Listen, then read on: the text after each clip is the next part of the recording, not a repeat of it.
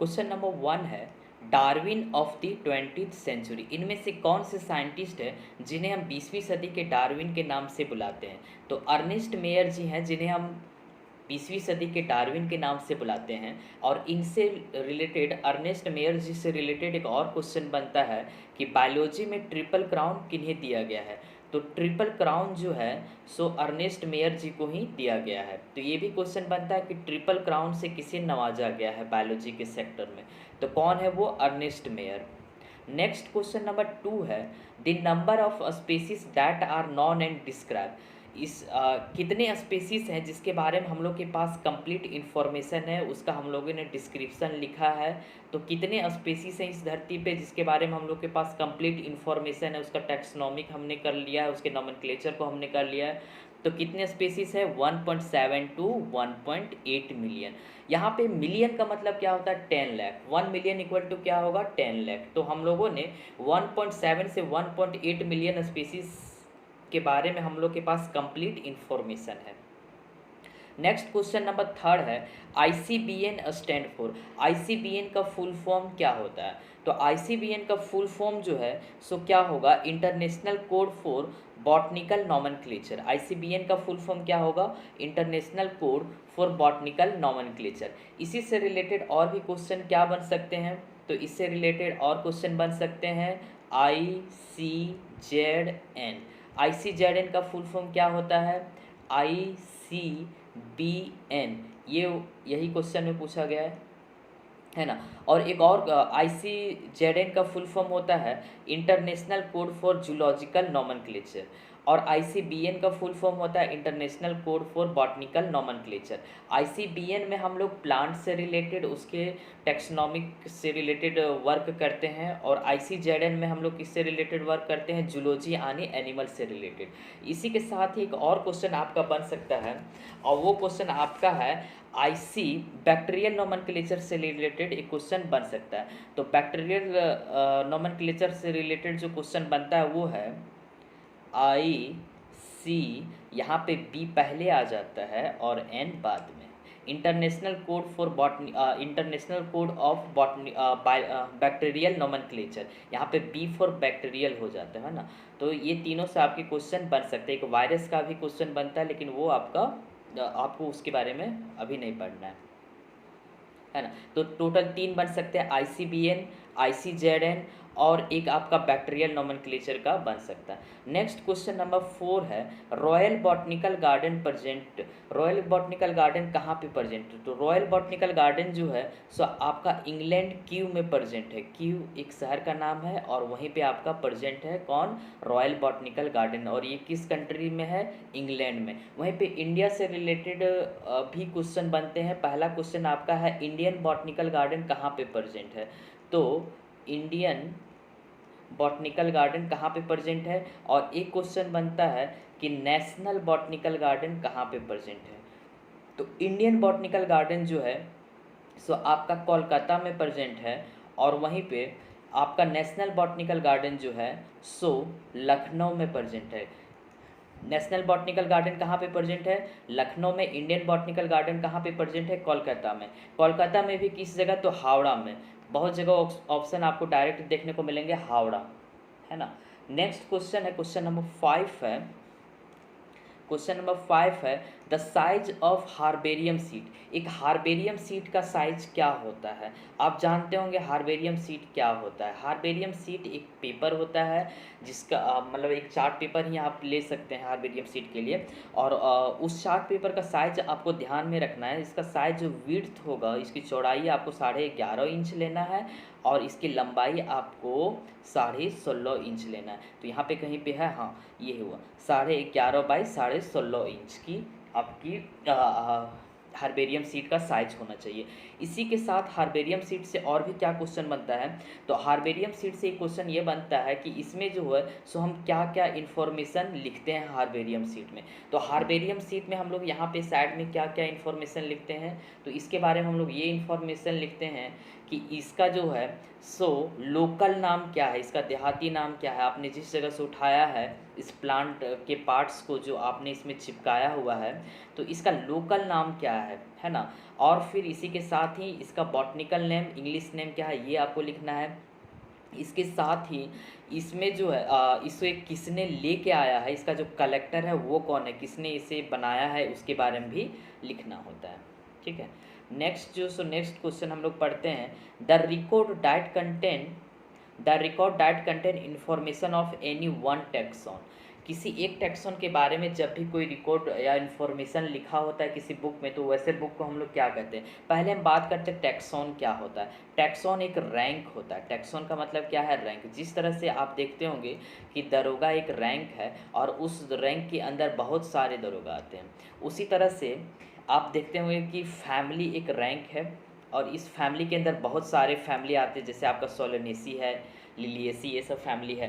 Spacey genus भी एक rank है, यानी किसी एक पार्टिकुलर, आपने जो टैक्सोनॉमिक हायरार्की पढ़ा होगा, टोटल 7 टैक्सोनॉमिक हायरार्की आपने अभी पढ़ा है, लेकिन टोटल जो सो अप्रोक्स 30 प्लस टैक्सोनॉमिक हायरार्की को इंक्लूड किया जाता है, लेकिन आपको अभी सिर्फ 7 हायरार्की पढ़ना होता है। 7 हायरार्की कौन कौन से हैं, species, genus, class, order, phylum, ये सब आपने जो पढ़ा है, तो हर एक को हम लोग क्या कहते हैं, ये भी एक टैक्सोन है, ये भी एक टैक्सोन है। स्पेसीज, जीनस आपने जो पढ़ा है, ऑर्डर, क्लास, फैमिली, ये सब क्या है, एक टैक्सॉन है। ये सब क्या है, एक टैक्सॉन है।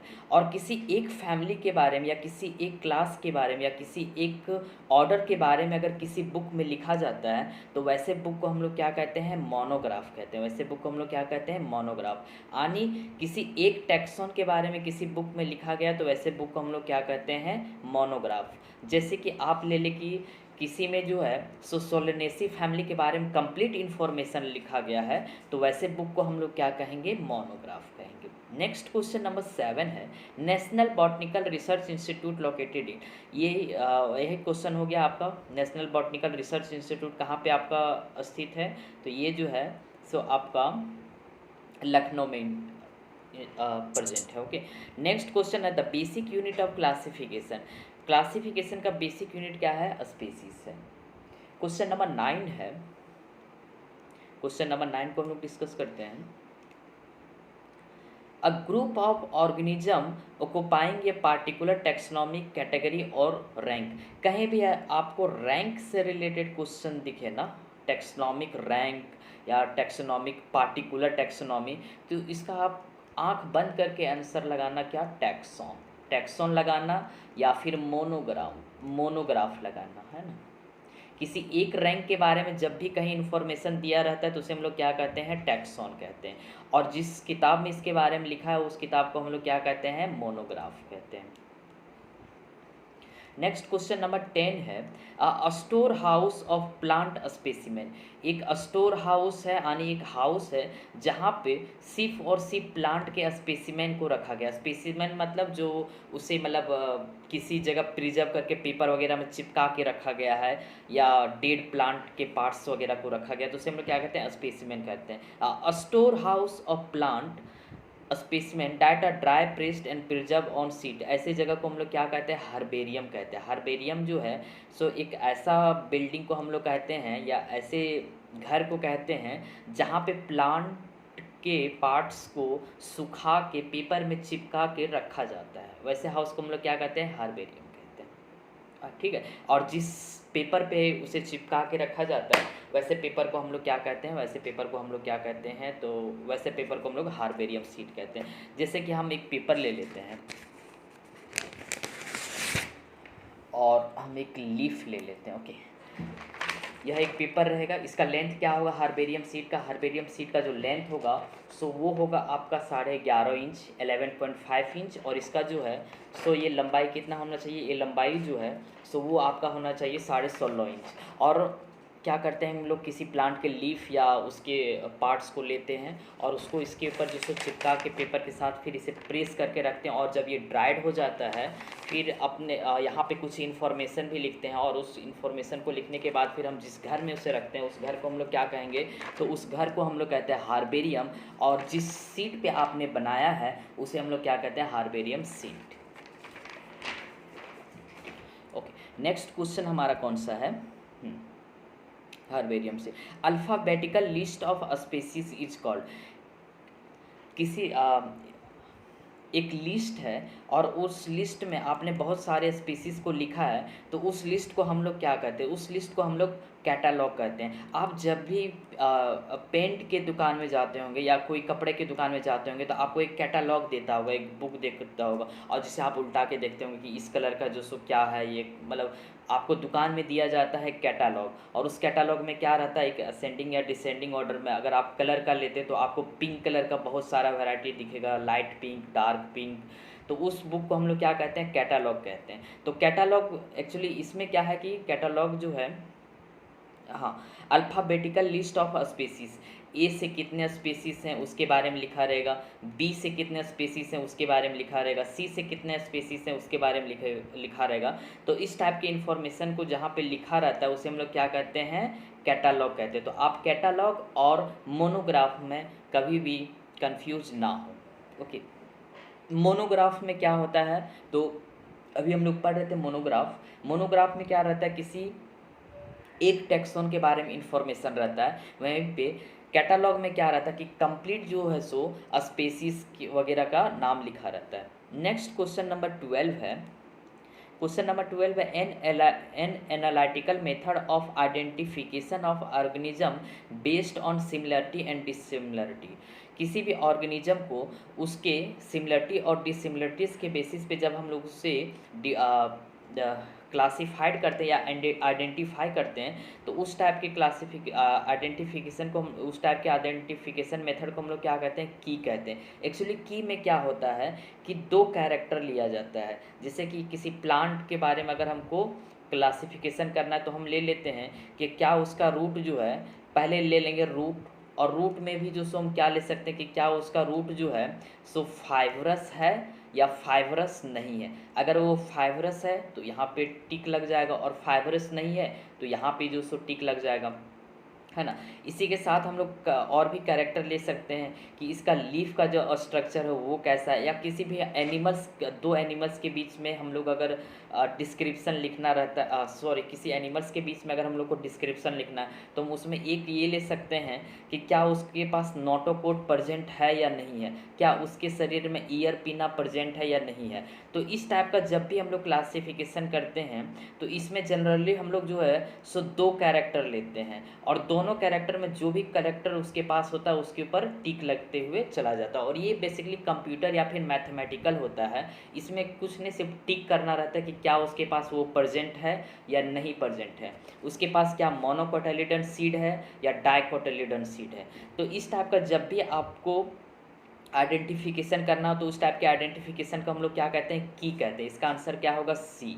और इसमें हर एक कैरेक्टर जो आप ले रहे हैं ना, ये हर एक कैरेक्टर को क्या कहते हैं, हम लोग लीड कहते हैं। और जब भी इसके कैरेक्टर को लेंगे तो हम वो किस फॉर्म में लेंगे, डबलेट के फॉर्म में लेंगे। किस फॉर्म में लेंगे, डबलेट। क्या उसके पास नोटोकोड है या नहीं, तो ये क्या, डबलेट के फॉर्म में। जैसे एक हम सिंपल क्वेश्चन या इससे रिलेटेड डिस्कस करते हैं कि मान के चलो कि हमको जो है सो कोई भी एनिमल्स के बारे में या ह्यूमंस से रिलेटेड हमको आइडेंटिफिकेशन करना है। तो पहला हम कैरेक्टर ले लेते हैं टेल, ठीक है। तो ये जो टेल ले रहे हैं, टेल हमारा क्या है, लीड है। अब टेल प्रेजेंट है या अब्सेंट है, ये क्या हो जाएगा, हमारा इसका कैरेक्टर हो जाएगा। और कैरेक्टर को हम लोग हमेशा किस फॉर्म में लेंगे, डबलेट के फॉर्म में। अगर ह्यूमन के पास टेल प्रेजेंट है तो इसमें सही रहे, क्या ह्यूमन के पास टेल प्रेजेंट है, नहीं, और ह्यूमन के पास ये हो जाएगा सही।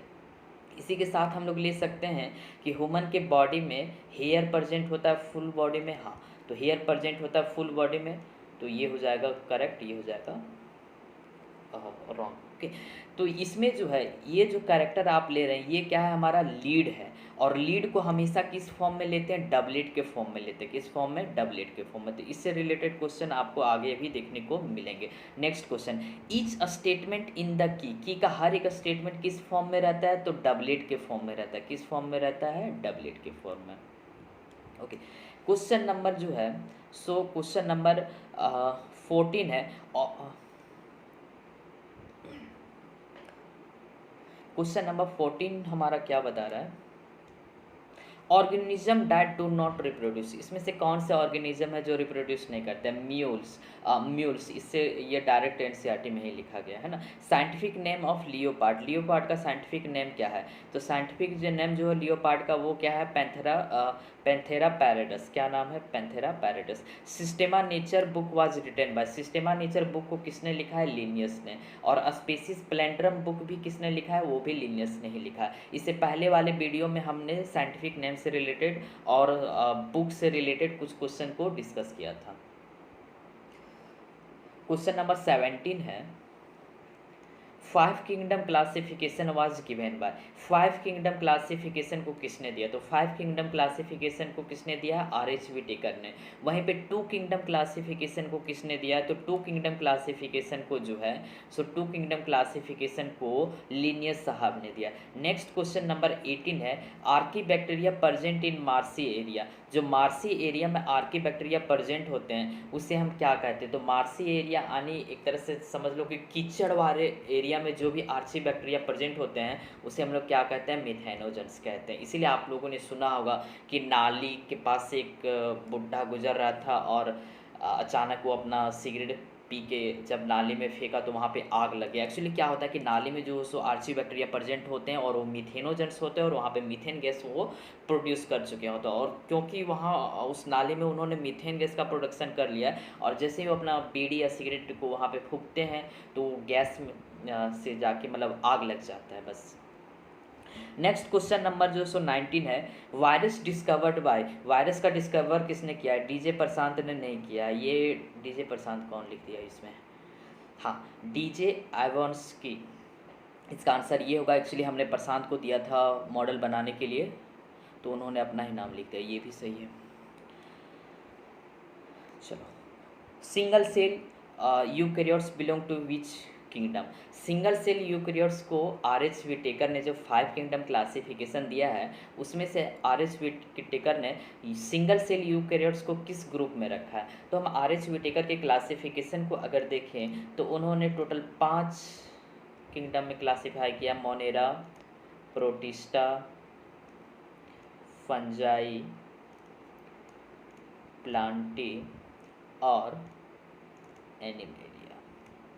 ओके, मोनेरा के अंदर इसमें से ये जो 4 है ना, ये चारों में इन्होंने किसे रखा है? यूकैरियोट्स को रखा है। इन चारों में इन्होंने किसे रखा है? यूकैरियोट्स को।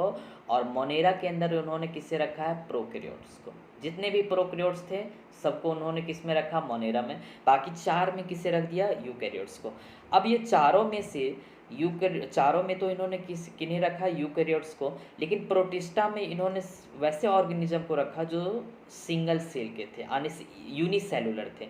तो जितने भी यूनिसेलुलर यूकैरियोट है उन्हें उन्होंने किस में रखा है? प्रोटिस्टा में रखा है।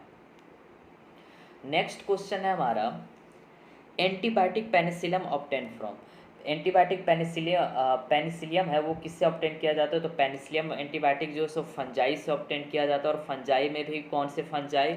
तो पेनिसिलियम नोटेटम नाम के फंजाई से पेनिसिलियम को ऑब्टेन किया जाता है। नेक्स्ट क्वेश्चन है, fusion of protoplasm between 2 motile और नॉन मोटाइल। यहाँ पे मोटाइल और नॉन मोटाइल पे आपको ध्यान नहीं देना। मेनली यहाँ पे पूछा गया है कि 2 सेल के प्रोटोप्लाज्म का जब भी फ्यूजन हो जाए, ये न्यूक्लियस इसका अलग है ना, यहाँ से टूट के या फिर कोई अलग रीजन से दोनों का अगर प्रोटोप्लाज्म का फ्यूजन हो जाए, प्रोटोप्लाज्म का फ्यूजन होने के बाद 2 न्यूक्लियस अलग हैं, तो इस टाइप के फ्यूजन को हम लोग क्या कहते हैं? प्लाज्मोगेमी। क्या कहते हैं? Plasmogamy. Okay, bacteria present in the gut of ruminant of cattle, गाय बछड़ा, कैटल क्या होता है? गाय बछड़ा वगैरह को हम लोग क्या कहते हैं? कैटल। और इनके पेट में यानी रूमिनेंट में कौन से बैक्टीरिया प्रेजेंट होते हैं? मिथेनोजेंस। मिथेनोजेंस बैक्टीरिया आपको मार्सी कीचड़ में भी देखने को मिल जाएंगे। इसके अलावा आपको कहाँ पे देखने को मिलेंगे? कैटल के रूमिनेंट्स में। हेलोफाइल्स कौन होते हैं? हेलोफाइल्स वैसे माइक्रो ऑर्गेनिजम्स को बोलते हैं जो सॉल्ट वाले एरिया में रहते हैं, डीप सी में, जैसे सॉल्ट कंडीशन में जो रहे उसे हम लोग क्या कहते हैं? हेलोफाइल्स कहते हैं। ओके, नेक्स्ट क्वेश्चन है, फोटोसाइंथेटिक यू बैक्टीरिया, इसमें से कौन है जो फोटोसाइंथेटिक यू बैक्टीरिया? तो साइनोबैक्टीरिया कैसे हैं? ये फोटोसाइंथेटिक यू बैक्टीरिया है। माइकोप्लाज्मा के बारे में भी क्वेश्चन बनता है। माइकोप्लाज्मा से रिलेटेड क्या क्वेश्चन बनता है कि माइकोप्लाज्मा पहला जो है सो ये आपका स्मॉलेस्ट सेल है। स्मॉलेस्ट सेल कौन है? माइकोप्लाज्मा है। इसके पास क्या नहीं होता? इसके पास सेल वाल भी नहीं होता और इसे पीपीएलओ के नाम से भी बुलाया जाता है, प्लूरोनिमोनिया लाइक ऑर्गेनिज्म। पीपीएलओ के नाम से इसे क्यों बुलाया जाता है? क्योंकि पहली बार इसे देखा गया था कहाँ पे? लंग्स के लेयर के बीच में। ओके, नेक्स्ट क्वेश्चन हम लोग का कौन सा है? The protein code of virus. हाँ, वायरस के प्रोटीन कोड को हम लोग क्या कहते हैं? तो वायरस के प्रोटीन कोड को हम लोग क्या कहते हैं? कैप्सिड। अगर हम बात करें वायरस का बॉडी जो है सो मेनली दो कंपोनेंट से ही बना होता है। वायरस का बॉडी दो ही कंपोनेंट से बने होते हैं और वो कंपोनेंट कौन कौन से, जिससे हम पहले बनाते हैं एक वायरस। ओके, वायरस का जो बॉडी है वो सिर्फ और सिर्फ दो कंपोनेंट से बना होता है। पहला उसके पास एक कवर रहेगा, पहला क्या है कि उसके पास एक कवर रहेगा और दूसरा क्या है, उसके पास एक जेनेटिक मटेरियल रहेगा, है ना। अब ये जो कवर है सो कवर आपका क्या हो सकता है? कवर जो सो एक्चुअली में प्रोटीन का होता है। वायरस जो है सो दो चीज़ों से मिलके बना है, एक है कवर और दूसरा क्या है? Genetic material. कवर उसका किससे बना होता है? प्रोटीन से। और जेनेटिक मटेरियल उसके पास या तो आरएनए होगा या फिर डीएनए होगा। एनसीईआरटी बुक में और सभी जगह साफ साफ लिखा रहता है कि जेनेटिक मटेरियल सिर्फ और सिर्फ एक ही रहेगा, या तो आरएनए रहेगा या फिर डीएनए रहेगा। तो दोबारा हम लोग इसको समझते हैं कि वायरस का शरीर जो है सो दो चीज़ों से मिलके बना होता है। पहला कवर, ये जो कवर है, और ये कवर किससे बना होता है? प्रोटीन से। दूसरा इसके पास क्या होगा? एक जेनेटिक मटेरियल होगा, और जेनेटिक मटेरियल क्या हो सकता है? या तो फिर आरएनए या फिर डीएनए। ओके, अब ये जो प्रोटीन है सो प्रोटीन ऐसे ही नहीं कि डायरेक्ट रहता, प्रोटीन का भी जो है सो ये यूनिट के फॉर्म में रहता है। एक्चुअली ये पूरे कवर को हम लोग क्या कहते हैं? कैप्सिड कहते हैं। कवर को क्या कहते हैं हम लोग? कैप्सिड। और ये जो कैप्सिड है, कैप्सिड भी जो सो छोटा छोटा यूनिट में रहता है और उस यूनिट को हम लोग क्या कहते हैं? कैप्सोमर। उस यूनिट को हम लोग क्या कहते हैं? कैप्सोमर। तो वायरस का जो बॉडी है वो किससे वायरस का बॉडी मेनली दो चीज़ों से मिलकर बना होता है। पहला एक कवर होगा, पहला क्या है? एक कवर होगा, ये वाला कवर चारों तरफ, और ये जो कवर है वो किससे मिलके बना होता है? प्रोटीन से। और प्रोटीन के कवरिंग को हम लोग क्या कह रहे हैं? कैप्सिड कह रहे हैं वायरस के केस में। और ये जो कैप्सिड है वो भी छोटे छोटे सब यूनिट से मिलके बने होता है और उस सब यूनिट को हम लोग क्या कहते हैं? कैप्सोमर। वहीं पे इसके साथ कवर के साथ ही एक और क्या होगा? जेनेटिक मटेरियल होगा। वो जेनेटिक मटेरियल या तो फिर आरएनए होगा या फिर डीएनए होगा। तो क्वेश्चन हमारा क्या है? The protein code of virus. Virus के प्रोटीन कोड को हम लोग क्या कहते हैं? कैप्सिड कहते हैं। और कैप्सिड के सब यूनिट को हम लोग क्या कहते हैं? कैप्सोमर कहते हैं। तो यहाँ पे आंसर क्या हो जाएगा हमारा? कैप्सिड। ओके, नेक्स्ट क्वेश्चन हम लोग का क्या है? हाँ, symbiotic association of algae and fungi. Algae और फंजाई के सिम्बायोटिक एसोसिएशन को हम लोग क्या कहते हैं? तो अल्गी और फंजाई के सिम्बायोटिक एसोसिएशन को हम लोग क्या कहते हैं? अल्गी और फंजाई के सिम्बायोटिक एसोसिएशन को हम लोग लाइकेन कहते हैं। ऑप्शन सी होगा। यहाँ पे हम लोग डिस्कस कर लेते क्या होगा। अल्गी, इससे रिलेटेड और क्वेश्चन क्या बन सकते हैं? अल्गी प्लस फंजाई, इन दोनों को मिला के क्या बनता है? लाइकेन। अल्गी प्लस फंगाई, है ना। इसमें अल्गी है, ये कैसे होते हैं? ये होते हैं हमारा ऑटोट्रॉफ्स। ये कैसे होते हैं? ऑटोट्रॉफ्स। और फंजाई जो होते हैं ये कैसे होते हैं? हेट्रोट्रॉफ्स। और इन दोनों के बीच में जो एसोसिएशन होता है, इन दोनों के बीच में सिम्बायोटिक एसोसिएशन होता है। जैसे कि हम लोग कोई भी स्टूडेंट जो है सो कहीं बाहर जाके रहता है, किसी के यहाँ रेंट में रह रहा है, तो यहाँ पे क्या हो रहा है कि अल्गी जो है कोई भी स्टूडेंट बाहर में जाके रह रहा है और वो जहाँ जिसके घर में रह रहा है तो बदले में वो उसे क्या दे रहा है? रेंट दे रहा है। और जो मकान मालिक है वो रहने के लिए उसे क्या दे रहा है? जगह दे रहा है। इसी तरह से अल्गी और फंजाई के बीच में क्या रिलेशनशिप है यह समझो। अल्गी जो है सो खाना बनाता है और ये खाना को जो है सो फंजाई को दे देता है। बदले में फंजाई जो है सो अल्गी को अपने साथ रहने के लिए जगह दे देता है ना। अल्गी क्या है? अल्गी जो सो ऑटोट्रॉप्स है, ये खाना बनाएगा और ये खाने को किसको दे देगा? फंजाई को। फंजाई बदले में क्या देता है? इसे रहने के लिए जगह देता है ना। और एक और क्वेश्चन बनता है कि इसमें से कौन है फाइकोबिएंट कौन है? और माइक्रोबियन कौन है, ये भी क्वेश्चन बनता है ना। तो लाइकेन से रिलेटेड क्या बनेगा कि लाइकेन किसका सिम्बायोटिक एसोसिएशन है, तो अल्गी प्लस फंजाई का जब सिम्बायोटिक एसोसिएशन होता है तो उस टाइप के एसोसिएशन को हम लोग क्या कहते हैं, लाइकेन कहते हैं। और इसके बारे में थियोफ्रेटस जी ने अपने एक बुक का नाम था द इंक्वायरी इनटू प्लांट, इसमें इन्होंने लिखा है। कहाँ गया और क्वेश्चन, हाँ सिम्बायोटिक एसोसिएशन। क्वेश्चन नंबर जो है सो हम लोग का अब हम लोग पढ़ेंगे 27। इससे पहले हम लोग ये डिस्कस किए, capsid is made up of a small सब यूनिट। कैप्सिड जो सो स्मॉल सब यूनिट के मिलके बने होते हैं जो कि वायरस में, उसे हम लोग क्या कहते हैं, कैप्सोमर कहते हैं। नेक्स्ट क्वेश्चन नंबर 28 है, an specialised cell which fix the atmospheric nitrogen in bacteria. Bacteria में एक स्पेशलाइज्ड सेल होता है, जैसे कि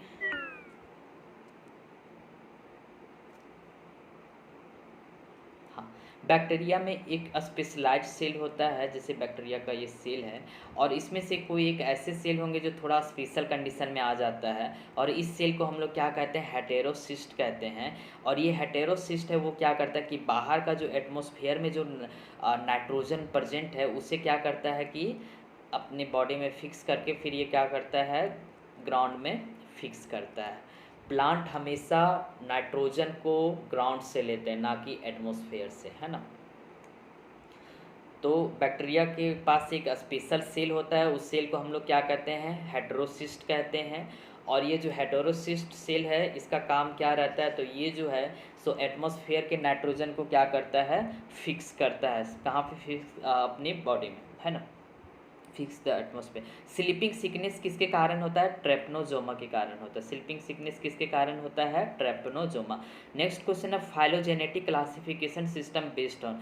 फाइलोजेनेटिक का मतलब होता है इवोल्यूशन से रिलेटेड, है ना। फाइलोजेनेटिक जहाँ भी आप सुनेंगे, फाइलोजेनिक का मतलब क्या होता है, इवोल्यूशन। तो इवोल्यूशन रिलेशन बेस्ड क्लास